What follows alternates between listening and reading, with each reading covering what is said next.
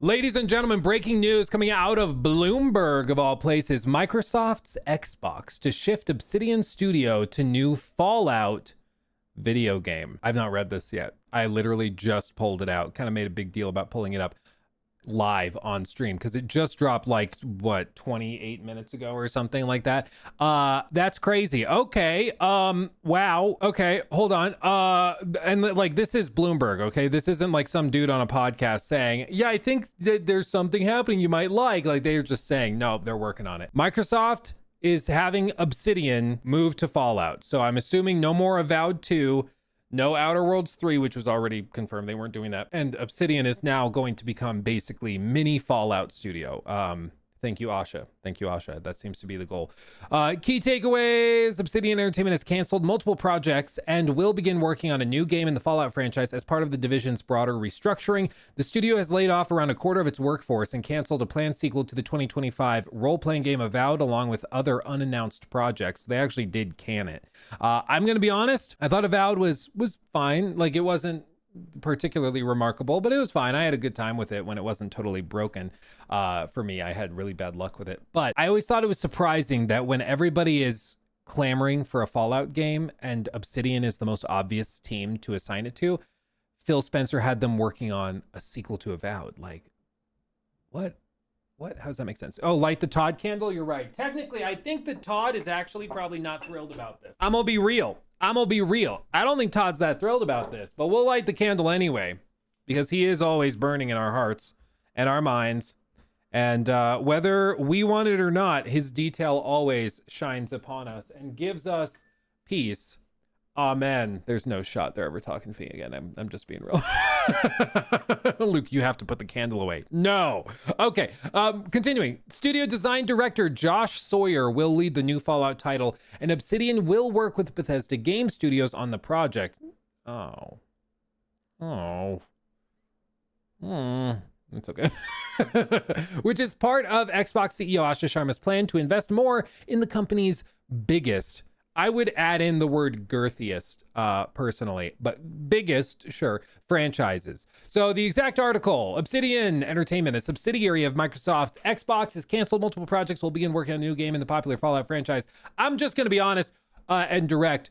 Why the hell was this not already happening? You know, can we just be real? Can we be honest for a second? Like, we tried to give Phil a chance, and for a long time, I do think Phil was well-intentioned. I do think Phil was trying his best to make gaming affordable. Xbox, Game Pass, the best value in gaming. I think all of that's true. And I think his core idea for running and managing the studios was stay out of their way. Let Bethesda run their stuff. Let Obsidian do their stuff. Stay out of their way, let them make their own games, and we will just publish and distribute it, basically, which is a noble cause. But that's only really, frankly, a privilege of the successful to do whatever you want. You know, when you have FU money, you can do that. When your company is imploding, you can't really afford to do that. And the simplest and most direct example of how insane the mismanagement of IP has been is that, of course, Xbox has had a smash success with the Fallout TV show.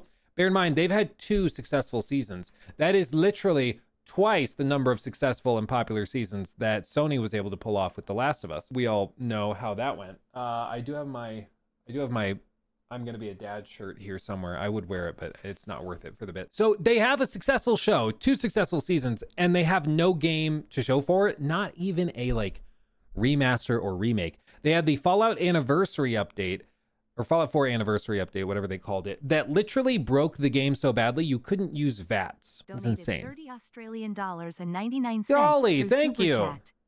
Here's $30. Get yourself a nice shirt, winking face.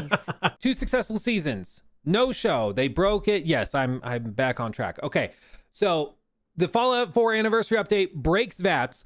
That's insane. That's ridiculous. It takes them 19 months to patch it and fix it. And you know how they fixed the broken VATS system, which is like core to the combat of Fallout 4? They just undid the anniversary update. Pulled a Control-Z on that one. Problem solved.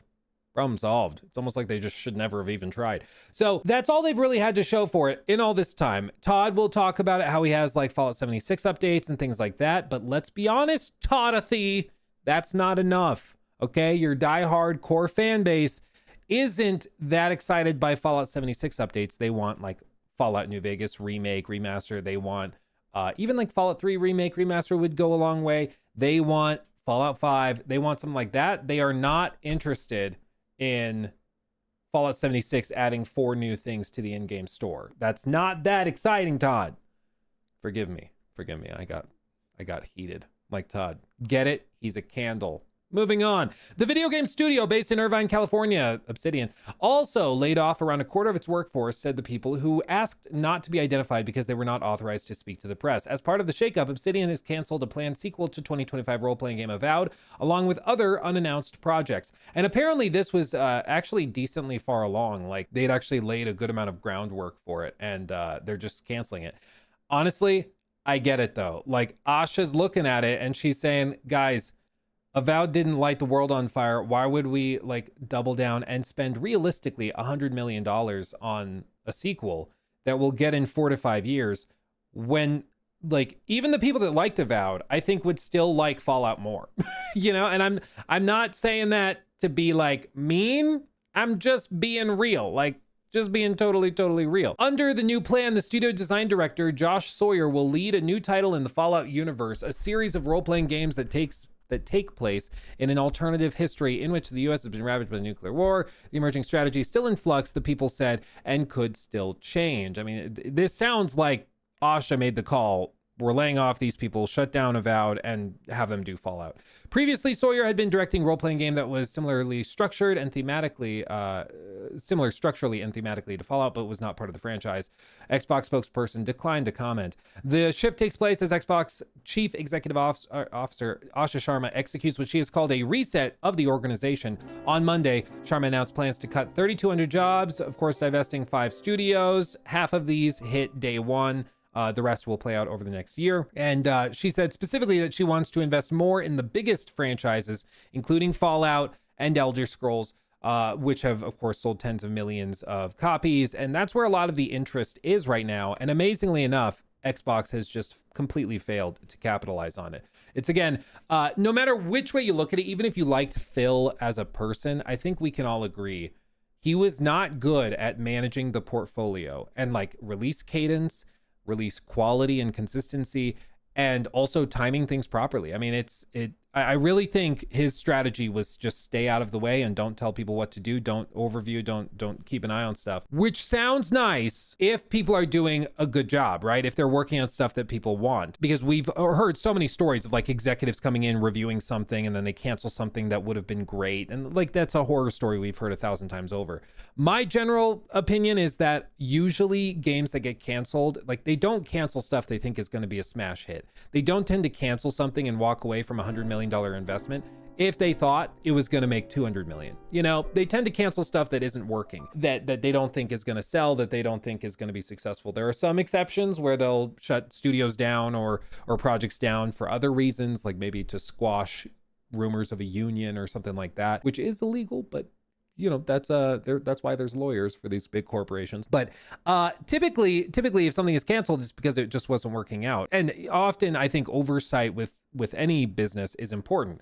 Phil just really seemed to have intentionally avoid oversight, full stop, period, and just let people do whatever they wanted to do. And the hope was that it was empowering enough that they would find something to do, that like they would stumble into big successes, but it just didn't really work out.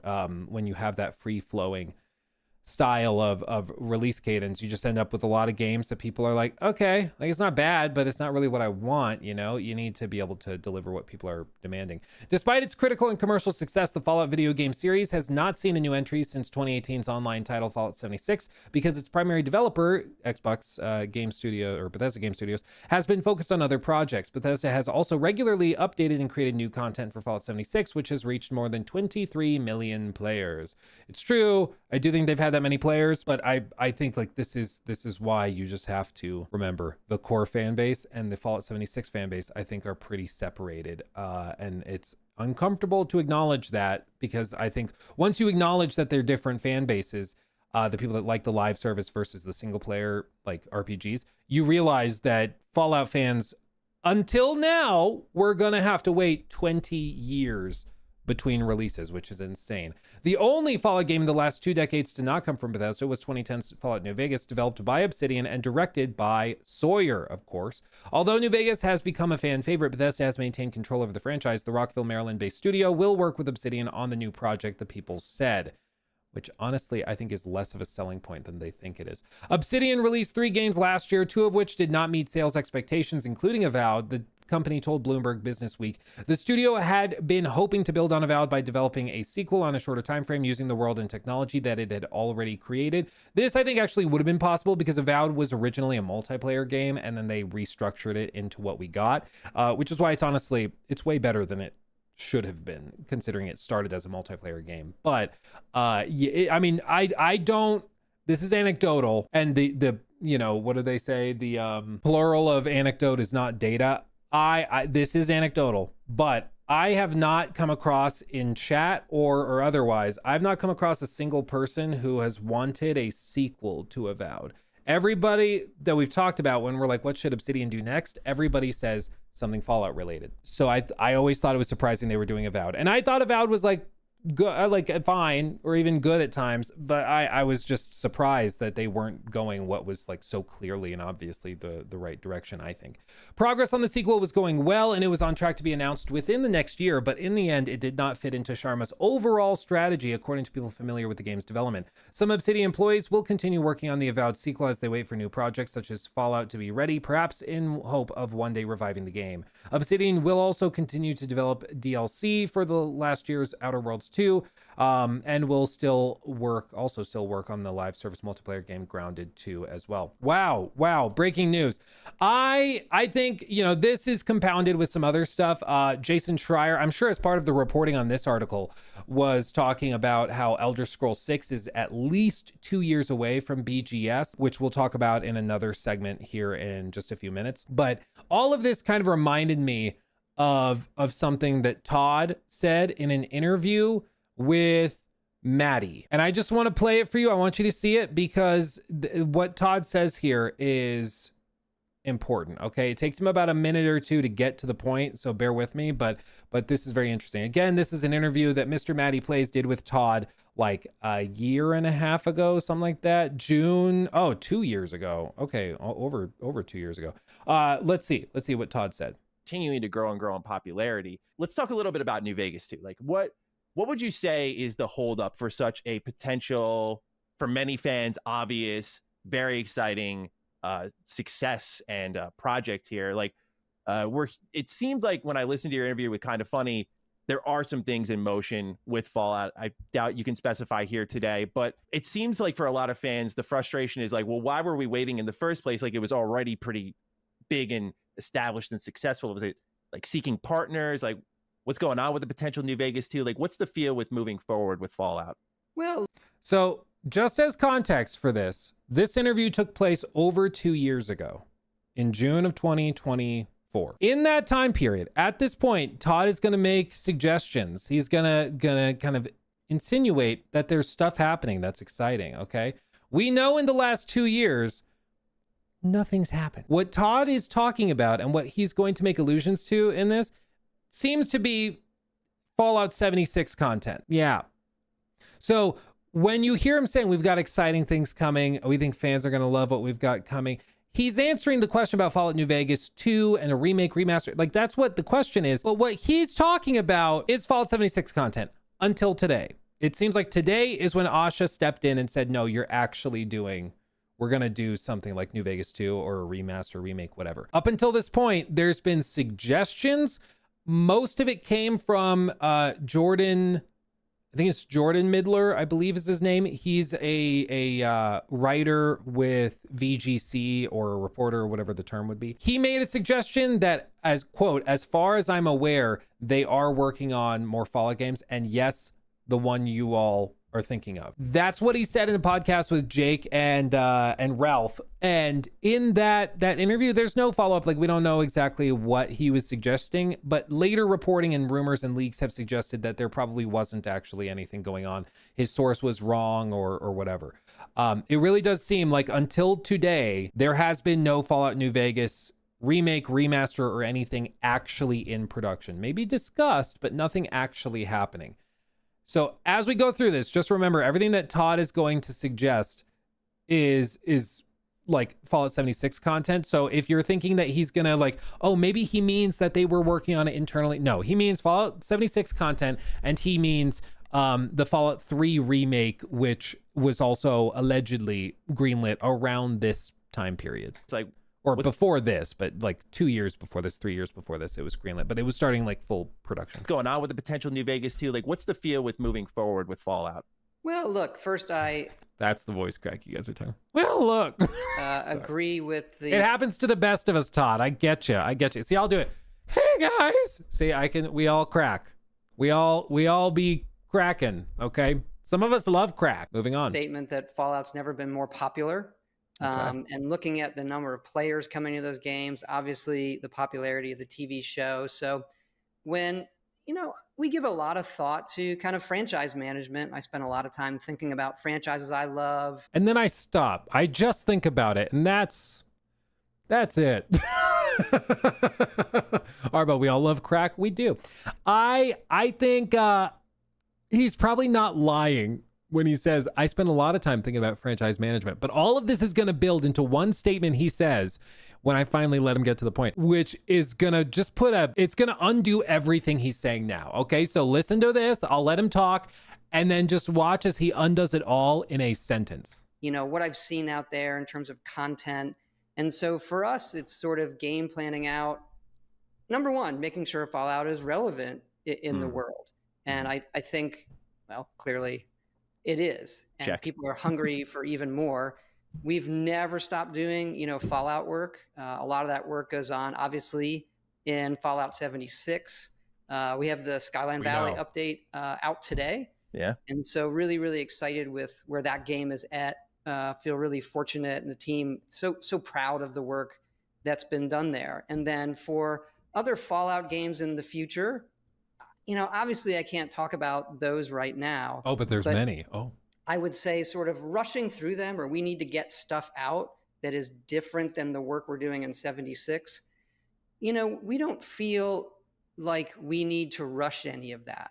Right now, take your time on the stuff Fallout you're TV totally show doing. fills a certain niche in terms of the franchise and storytelling. Totally get the desire for a new kind of mainline single player game. I get it. I just don't care. And look, those things take time. This is it. Pay attention to this. Sorry, Maddie, I'm covering your face. Hold on. Okay. Say it. He's gonna say it.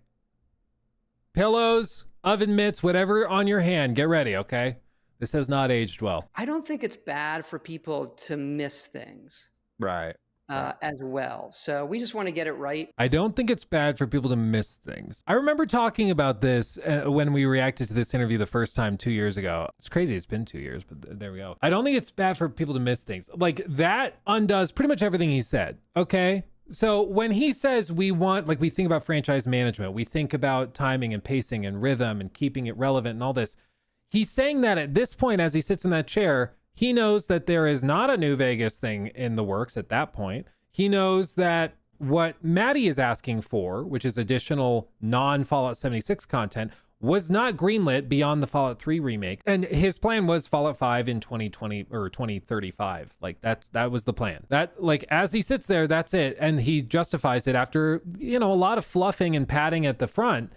What effectively it is we think it's okay to miss things. And actually, I think missing things is core to Bethesda's marketing approach. The whole idea is that they release something that you like, and then they wait 15 years and then give you the sequel that excites you again, so that when it shows up, you're pumped. And you better believe when they drop the next trailer for Elder Scrolls 6, it's going to go giga viral, not GTA 6 viral, but very viral. It's going to pop off. It's going to be a very big deal.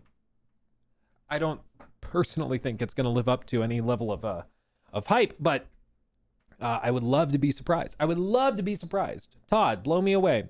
Somebody's going to clip that. But like, the reason I show you this is because as we discuss all of this, it's just important to remember that, like, I think if Todd had his way, it would be 20 years between Fallout projects. And we have talked for years about how Todd and people at BGS, and specifically positions of leadership within BGS, whether it's Todd or ML or any of the other senior producers or art directors, anybody, for years, they have been really weird about Fallout New Vegas. And I think honestly what it is, and the example I've given is that it gives the same energy as like older brother with younger brother, BGS being the older brother, Obsidian being the younger brother. They let Obsidian make this game. They threw it together on a tight budget. Bethesda was trying to do oversight, and apparently, who was it? I believe it was one of the writers said afterwards that after Fallout New Vegas launched, they had a presentation where BGS leadership literally sat down with a PowerPoint presentation and went through everything they did wrong with Fallout New Vegas. Like they actually sat them down and like lectured them about what they did poorly. Does anybody remember? We did a clip on it. We reacted to it on stream. I forget who it was specifically, but like they actually lectured them about all of it. And then in the years after that, it was Chris Avallone. Thank you. Yes, you're right. Slice of Dread over on Twitch. Yes, it was Chris Avallone. He was talking about how they sat them down and did a presentation on what they did wrong. And in the years that have followed that, Fallout New Vegas has become the cult classic. Fallout New Vegas has become the fan favorite. And I think that drives them crazy. Because the older brother's looking at the younger brother, who's the star athlete, who has all the scholarships. And it's just like, you're only into football because I started it. You're only into that because of me, you know? And I don't get any of the credit. I don't get any of the love.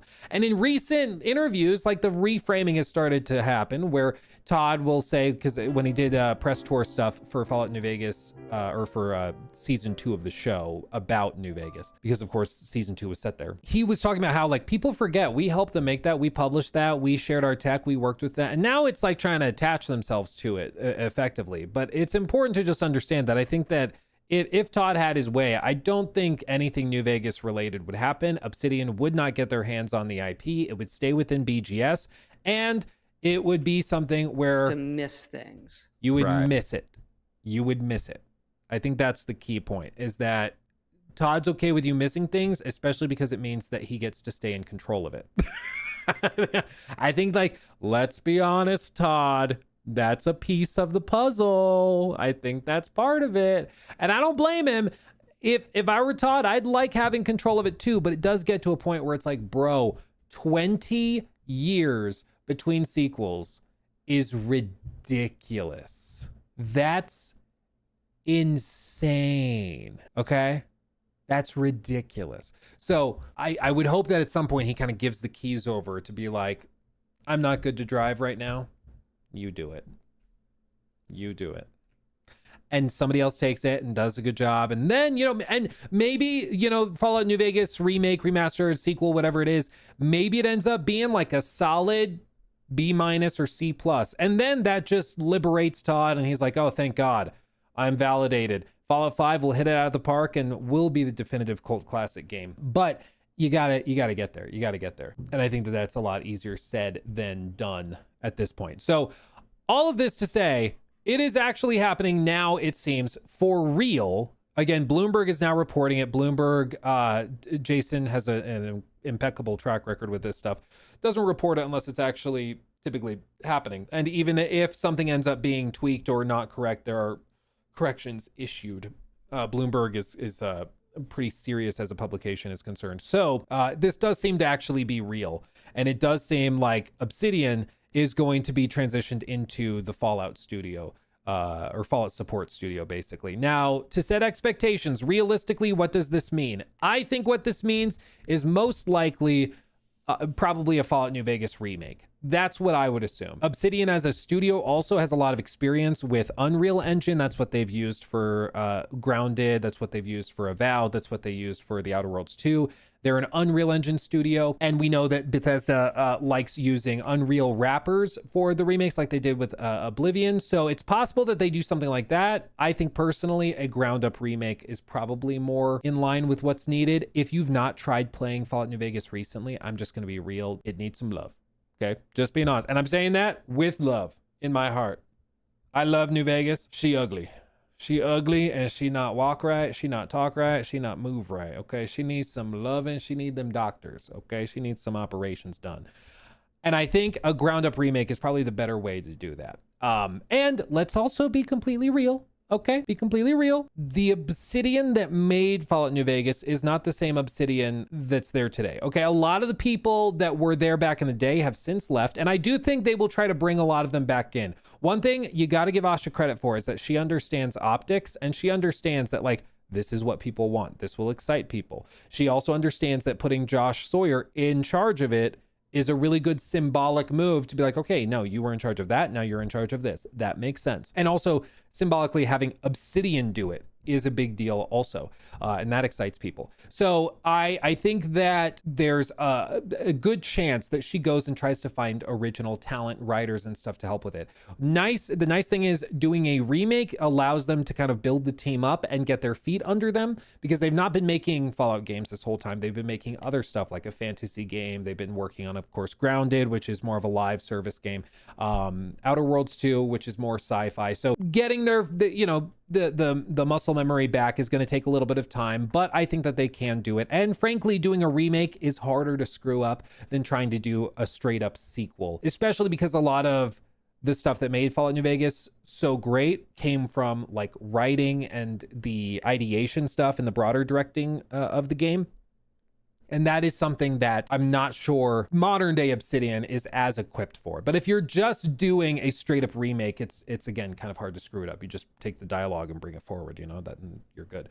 But I mean, I think it's exciting. Now, realistically, in terms of timeline, this is still years away, whatever this is. If this does end up being Fallout New Vegas remake or reimagined, whatever they call it, then I would still expect it's probably 3 to 4 years away. But I do think the new trend is going to be these tighter budgets, tighter timelines. She's going to give a lot of support to the big titled stuff that she thinks can be easy home runs.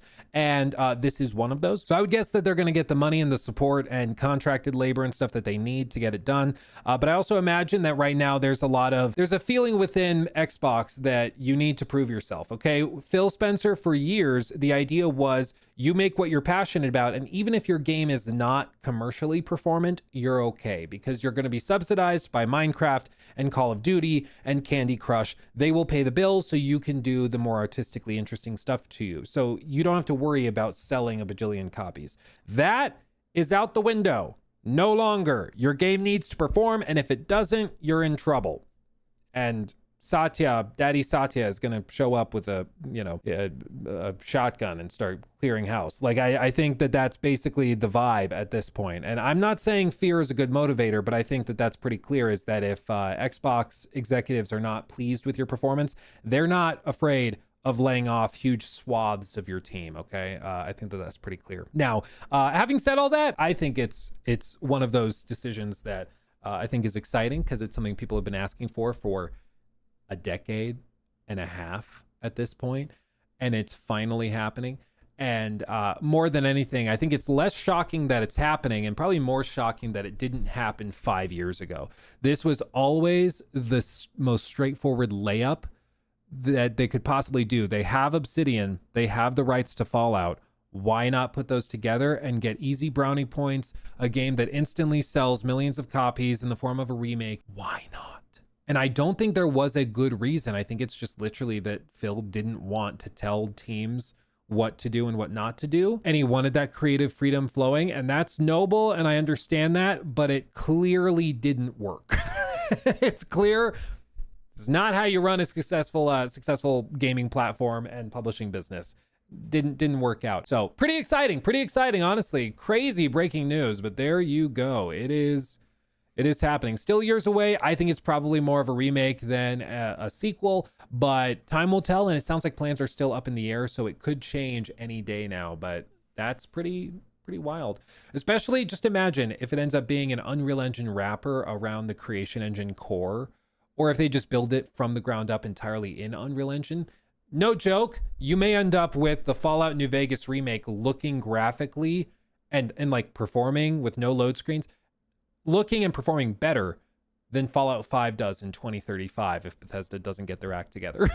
Like, imagine that. The remake of New Vegas ends up looking and performing better than the brand new PlayStation, Xbox, whatever crossover one. Like, I can't even imagine, man. That's ridiculous. But there you go. Phil wanted to be the fun boss. I think more and more it seems like Phil was Michael Scott. Fun guy, probably throws great parties and is a cool guy to hang out with. He's somebody you'd want to invite to a party, right? And like a mixer. But at some point, you got to look at the numbers, man, and just be like, it wasn't working, like, at all. I understand why he was doing a lot of the things that he was doing and what the concept was. But at some point, even if the captain is demanding and insisting, I know what I'm doing. We are going to go straight this direction because that's the direction we need to go. That's what the compass says. And you're like, love that, Phil. There's an island there. We can't sail through the island, Phil. We can't. And he's like, no, we can. Trust me. Sarah, right? Yes, we can. See, we can. And then he plows straight into the island. And once the ship is half crushed and is sinking, then it's like, oh, I forgot, I retire. Okay, never mind. And he leaves the boat, and then Asha shows up and is like, what is happening? Like, I think that's basically Xbox at this point, you know? I think that's where we're at. Anyway, crazy update, but pretty exciting, I think. Pretty exciting. He took my thing.